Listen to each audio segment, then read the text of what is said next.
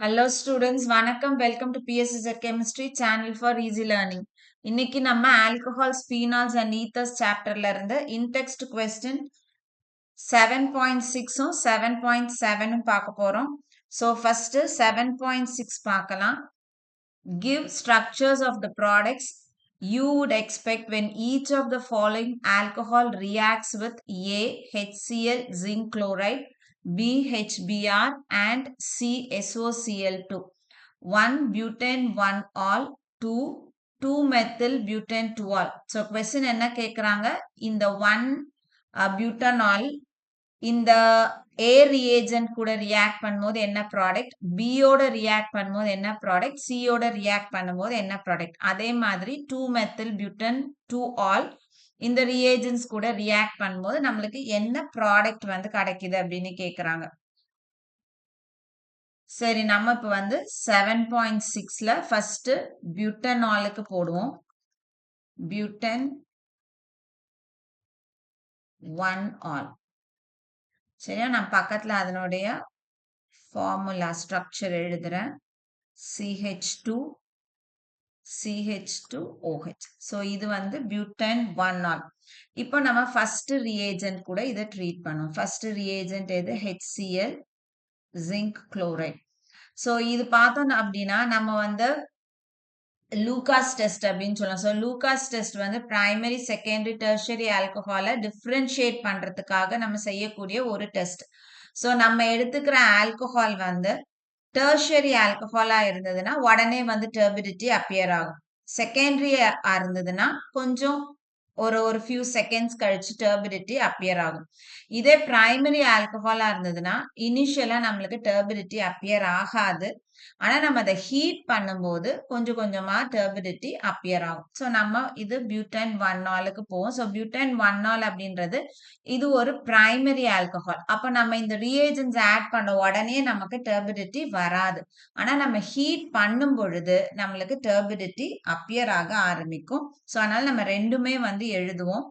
So first without heating எழுதுவோம்.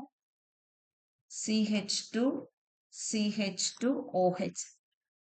இதுல நம்ம ரியேஜென்ட் HCl ZnCl2 போடுறோம். போட்ட உடனே நம்மளுக்கு no turbidity.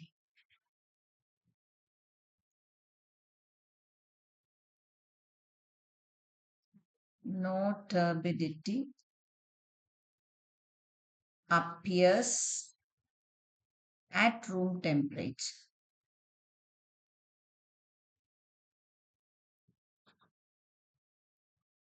இப்ப நம்ம இதை என்ன பண்றோம்? ஹீட் பண்றோம். சரியா? சோ அதே ரியேஜென்ட் தான் ஹீட் பண்ணும் பொழுது நமக்கு இங்க என்ன ஆகுது?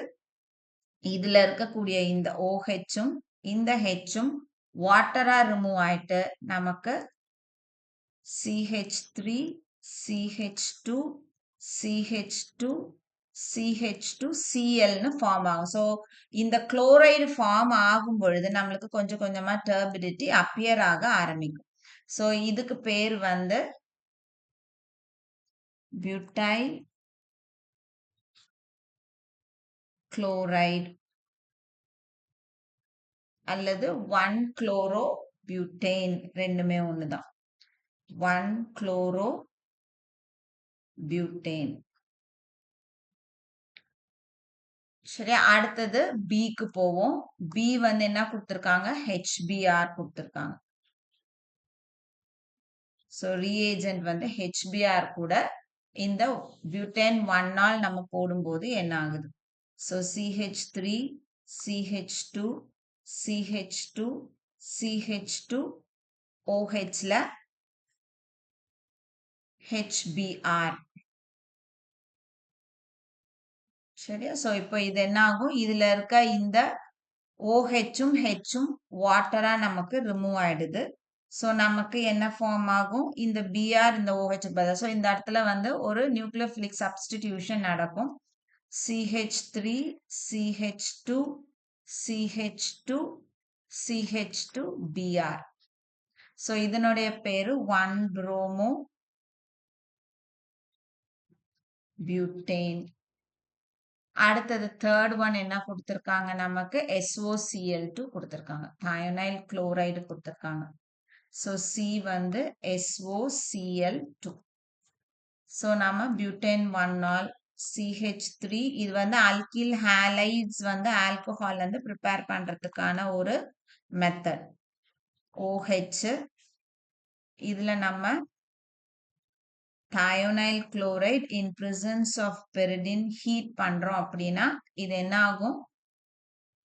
இந்த பாண்ட் வந்து இப்படி க்ளீவ் ஆகும். ஸோ 2 Cl இருக்கு. ஒரு Cl ஹைட்ரஜனுக்கும் ஒரு Cl இந்த கார்பனுக்கும் SOO கூட போச்சு அப்படின்னா CH3 CH2 CH2 CH2Cl plus SO2 plus HCl ன்னு நமக்கு கிடைக்கும். ஸோ நமக்கு இந்த இடத்துல ப்ராடக்ட் 1 chloro butane. ஸோ அப்போ பியூட்டேன் 1ஆல நம்ம HCl ஜிங்க் குளோரைடு கூட போடும்போது நம்மளுக்கு ஃபர்ஸ்ட் டர்பிடிட்டி அப்பியர் ஆகாது. ரூம் டெம்பரேச்சர்ல ஹீட் பண்ணும்போது நம்மளுக்கு டர்பிடிட்டி அப்பியர் ஆகுது. அடுத்தது HBr கூட நம்மளுக்கு 1 புரோமோ பியூட்டேன் கிடைக்குது. thionyl chloride கூட 1 குளோரோ பியூட்டேன் கிடைக்குது. இப்போ நம்ம செகண்ட் காம்பவுண்ட் போகலாம். ஸோ செகண்ட் வந்து நம்மளுக்கு என்ன கொடுத்துருக்காங்க? 2 மெத்தில் பியூட்டேன் 2ஆல். ஸோ 2 வந்து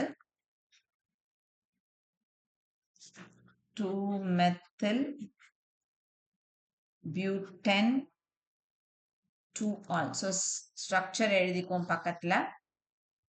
ஸோ 1 2 3 4 பியூட்டன்னா 4 கார்பன். ஸோ செகண்ட் பொசிஷன்ல OH இருக்கு. அதே செகண்ட் பொசிஷன்ல CH3 இருக்கு. மீதி ஃபில் பண்ணுவோம். CH3 CH3 இங்க CH2 இவ்வளவுதான். So CH3 CH2 CH3OH CH3 இதுதான் நம்மளுக்கு காம்பவுண்ட். ஸோ இதே மாதிரி ABC ரியேஜென்ட் கூட நம்ம ட்ரீட் பண்ணோம். ஸோ ஃபர்ஸ்ட் வந்து HCl ZnCl2. ஸோ எழுதுவோம் CH3 CH2 C CH3 CH3OH. So இது என்ன டைப் ஆஃப் ஆல்கஹால்னு பார்ப்போம். OH அட்டாச் ஆகிருக்கிற இந்த கார்பன் 1 2 3ன்னு 3 கார்பன் கூட அட்டாச் ஆயிருக்கு. ஸோ இது வந்து ஒரு டெர்ஷியரி ஆல்கஹால். இப்போ இந்த டெர்ஷியரி ஆல்கஹால்ல நம்ம வந்து HCl ZnCl2 போட்டோம்னா உடனே என்ன ஆகும்? டர்பிடிட்டி அப்பியர் ஆகும். ஸோ இந்த ஹெச்சும் இந்த OHம் வாட்டரா ரிமூவ் ஆகிடும். Cl இங்க வந்து சப்ஸ்டியூட் ஆகும். So CH3 CH2 C CH3 CH3 Cl plus H2O. So இந்த இடத்துல எழுதும்போது turbidity appears immediately.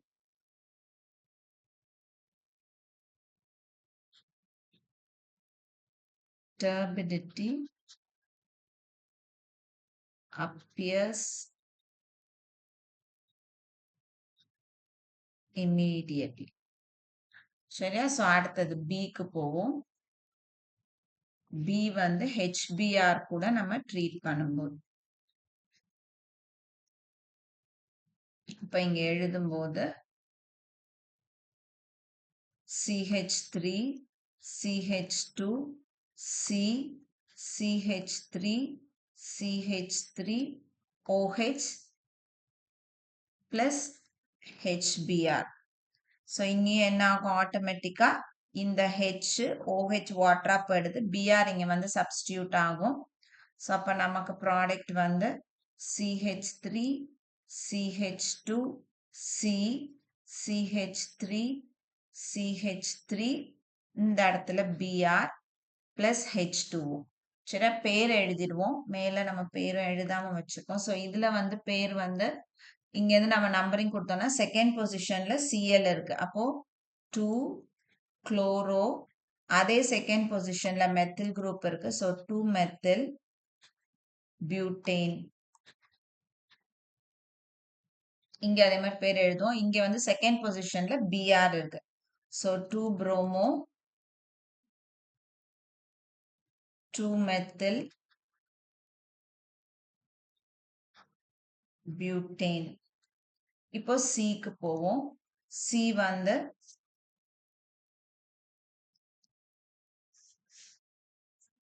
thionyl chloride SOCl2. so இதுக்கு எழுதுவோம் CH3 CH2 C CH3 OH CH3. இப்போ இதுல thionyl chloride SOCl2 in presence of pyridine heat பண்றோம் அப்படின்னா இங்கே அதே மாதிரி தான் ஸ்பிளிட்டிங் நம்மளுக்கு இருக்க போகுது. ஸோ இந்த இடத்த இப்படி உடைக்கிறோம் சரியா. ஸோ இதுல வந்து Cl, இதுல ஒரு Cl, இதுல SO. ஸோ நமக்கு ப்ராடக்ட் என்ன ஃபார்ம் ஆகும்?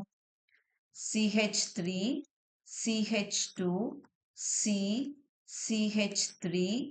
இந்த CH3 இந்த இடத்துல இப்போ Cl plus SO2 plus HCl. So பேர் எழுதுவோம். பேரு செகண்ட் பொசிஷன்ல இங்கேயும் அதே மாதிரி என்ன இருக்கு அப்படின்னா Cl இருக்கு. ஸோ பேர் வந்து 2-குளோரோ. செகண்ட் பொசிஷன்ல மெத்தில் குரூப் இருக்கு 2-மெத்தில் பியூட்டேன் சரியா. ஸோ ஃபர்ஸ்ட் பார்ட் அதாவது கொஸ்டின் நம்பர் 7.6 வந்து முடிச்சிட்டோம். இப்போ 7.7க்கு போகும். 7.7 என்ன கொடுத்திருக்காங்க? predict the major product of acid catalyzed dehydration of 1-methyl cyclohexanol and 2 வந்து butane 1-ol. ஸோ இந்த தனித்தனியா இந்த ரெண்டு காம்பவுண்ட் நம்ம ஆசிட் கேட்டலைஸ்ட் டீஹைட்ரேஷன் பண்ண போறோம். ஸோ அப்பனோட மெயின் ப்ராடக்ட் நம்மளுக்கு என்னவா இருக்கும்? அல்கீன் நமக்கு ஃபார்ம் ஆகும் சரியா. ஸோ நம்மளுக்கு மேஜர் அல்கீன் என்ன ஃபார்ம் ஆகுதுன்றதுதான் கொஸ்டின். ஸோ 7.7ல ஃபர்ஸ்ட் நம்ம 1-methyl cyclohexanol போலாம். ஸோ இப்போ நம்ம 7.7 பார்க்க போறோம். இதுல ஃபர்ஸ்ட் 1-methyl cyclohexanol போறோம் சரியா. 1-methyl cyclohexanol எப்படி எழுதுவோம்? ஸோ இது வந்து சைக்ளோஹெக்சேன்.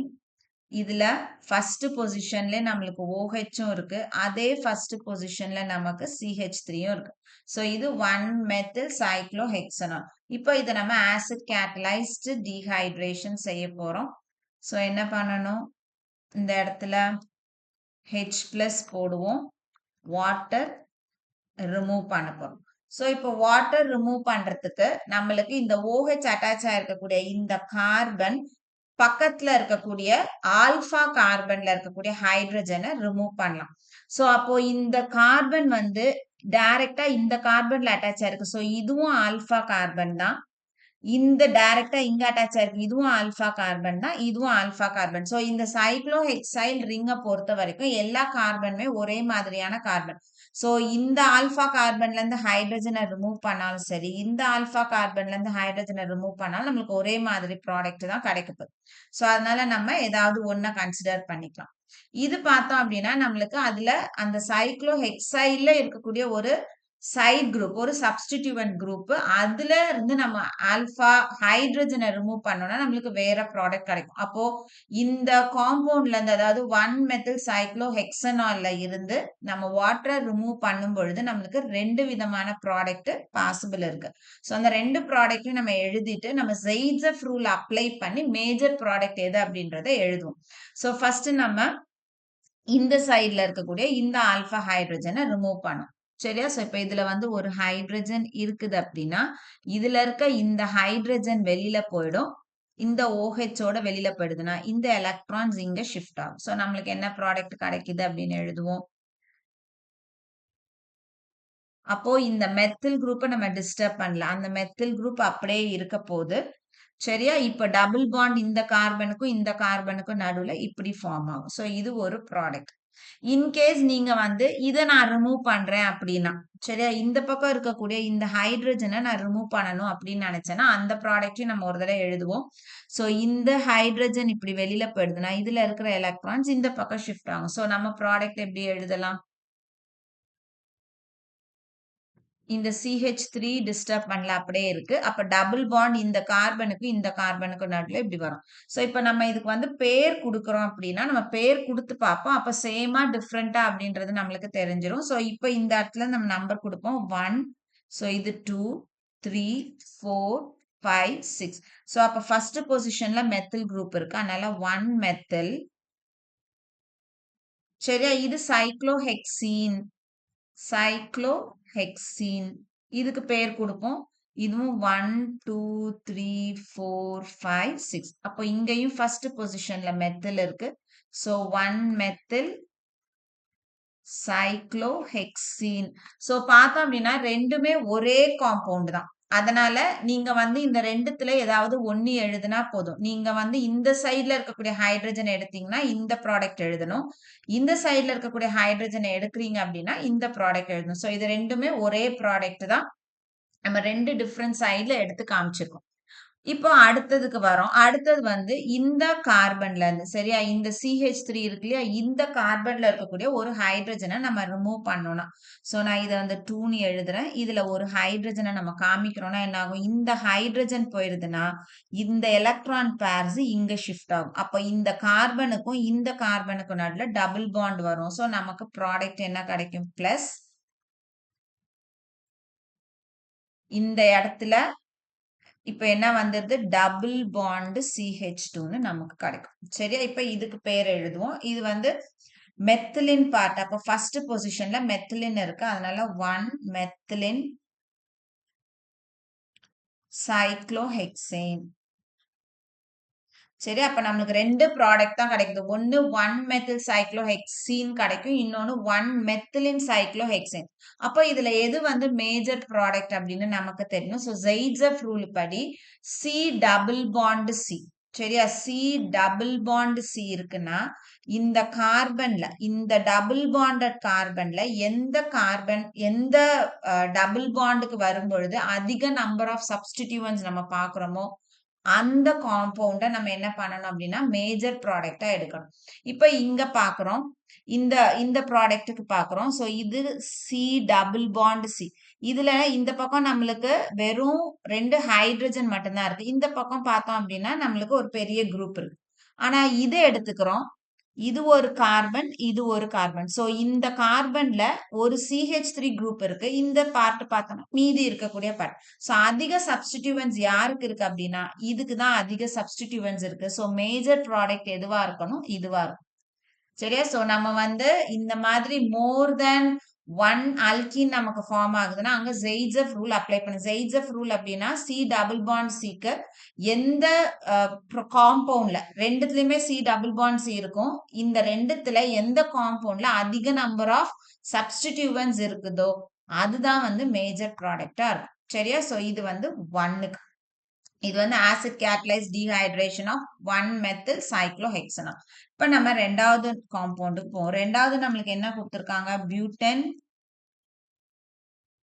1 சோ இத நம்ம டீஹைட்ரேஷன் செய்யும் பொழுது ஆசிட் கேட்டலைஸ்ட் டீஹைட்ரேஷன் செய்யும் போது நம்மளுக்கு என்ன ப்ராடக்ட் ஃபார்ம் ஆகுதுன்னு கேக்குறாங்க. சோ நம்ம ரியாக்ஷன் எழுதுவோம். சரியா? So butanol CH3 CH2 CH2 CH2 OH. சரியா? சோ இப்ப நம்ம இதுக்கு எழுதுவோம். சோ இதுக்கு வந்து பார்த்தோம் அப்படின்னா, நம்ம டைரக்ட்டா ப்ராடக்ட் எழுதலாம். ஆனா நம்ம இது மெக்கானிசமோட எழுதி படிக்கும்போது இன்னும் கொஞ்சம் நம்மளுக்கு ஈஸியா புரியும். சோ ஸ்டெப் 1 பார்ப்போம். CH3 CH2 CH2 CH2 OH. So இந்த ஆக்ஸிஜன்ல பார்த்தோம்னா லோன் பேர் ஆஃப் எலக்ட்ரான்ஸ் இருக்கும். இது எது கூட ரியாக்ட் பண்ண போது ஆசிட்ல இருந்து வரக்கூடிய H+. சோ இப்ப என்ன ஆகுது அப்படின்னா, இதுல இருக்கக்கூடிய இந்த லோன் பேர் ஆஃப் எலக்ட்ரான்ஸ் இந்த ஹைட்ரஜனை எடுத்தது அப்படின்னா ஆல்கஹால் புரோட்டோனேட் ஆகுது. புரோட்டோனேட்டட் ஆல்கஹால் நமக்கு கிடைக்கும். CH3 CH2 CH2 CH2 இந்த இடத்துல O+ 2H அதனால H2 நம்ம எழுதணும். சோ செகண்ட் ஸ்டெப்ல என்ன ஆகும்? இதுல இருக்கக்கூடிய வாட்டர் மாலிக்யூல் ரிமூவ் ஆகும். சோ வாட்டர் மாலிக்யூல் ரிமூவ் ஆகும் பொழுது நமக்கு ஒரு கார்போ கேட்டயான் வந்து ஃபார்ம் ஆகுது. சரியா? So CH3 CH2 CH2 CH2 O+ H2. So இந்த இடத்துல நமக்கு கார்போகேட்டையான் வாட்டர் ரிமூவ் ஆகுறதுனால கார்போகேட்டையான். ஸோ இந்த பார்ட் அப்படியே ரிமூவ் ஆயிடும். அதனால இந்த கார்பனுக்கு பிளஸ் சார்ஜ் வரும். ஸோ செகண்ட் ஸ்டெப் வந்து ஃபார்மேஷன் ஆஃப் கார்போகேட்டையான். CH2 பிளஸ்ன்னு கிடைக்கும். Plus water. இப்போ இந்த கார்போகேட்டையான் பார்த்தோன்னா பிரைமரி கார்போகேட்டையானா இருக்கு. ஸோ இது செகண்டரி கார்போகேட்டையானா நம்மளால மாற்ற முடியும்னா மாற்றணும். அப்படி மாத்தி தான் நம்ம வந்து ப்ராடக்ட் காமிக்கணும். அப்பதான் நம்மளுக்கு வந்து மேஜர் ப்ராடக்ட் கரெக்டா கிடைக்கும். ஸோ இப்போ இந்த கார்பனுக்கு பக்கத்துல இருக்கக்கூடிய இந்த கார்பன். ஸோ இது இந்த கார்பன் பார்த்தோம் அப்படின்னா இதுல ஹைட்ரஜன் இருக்கு. ஸோ இதுல இருக்கக்கூடிய ஹைட்ரஜன் இந்த கார்பனுக்கு ஷிஃப்ட் ஆகுது அப்படின்னா நமக்கு அதுல இருந்து ஃபார்ம் ஆகக்கூடிய கார்போகேட்டையான் வந்து செகண்டரி கார்போகேட்டையானா இருக்கும். ஸோ பிரைமரி கார்போகேட்டையானை விட செகண்டரி கார்போகேட்டையான் மோர் ஸ்டேபிளா இருக்கிறதுனால எப்பவுமே ப்ரிஃபரன்ஸ் அங்கதான் போகும். சரியா? ஸோ இப்போ இந்த இடத்துல CH3 CH2 இதுல CH இந்த ஹைட்ரஜனை நான் இப்படி எடுத்து காமிச்சிருக்கேன். இது ஏற்கனவே C+ இருக்கக்கூடிய பார்ட். இப்ப இதுல என்ன ஆகுது அப்படின்னா இது ஃபர்ஸ்ட் கார்பன். சரியா? ஸோ இது பிளஸ் சார்ஜ் இருக்கக்கூடிய கார்பன் ஃபர்ஸ்ட் கார்பன், அதுக்கு அடுத்து இருக்கக்கூடிய கார்பன் செகண்ட் கார்பன். ஸோ இந்த செகண்ட் கார்பன்ல இருக்கக்கூடிய இந்த பார்ட் அப்படியே என்ன ஆகும் அப்படின்னா இந்த கார்பனுக்கு ஷிஃப்ட் ஆகுது.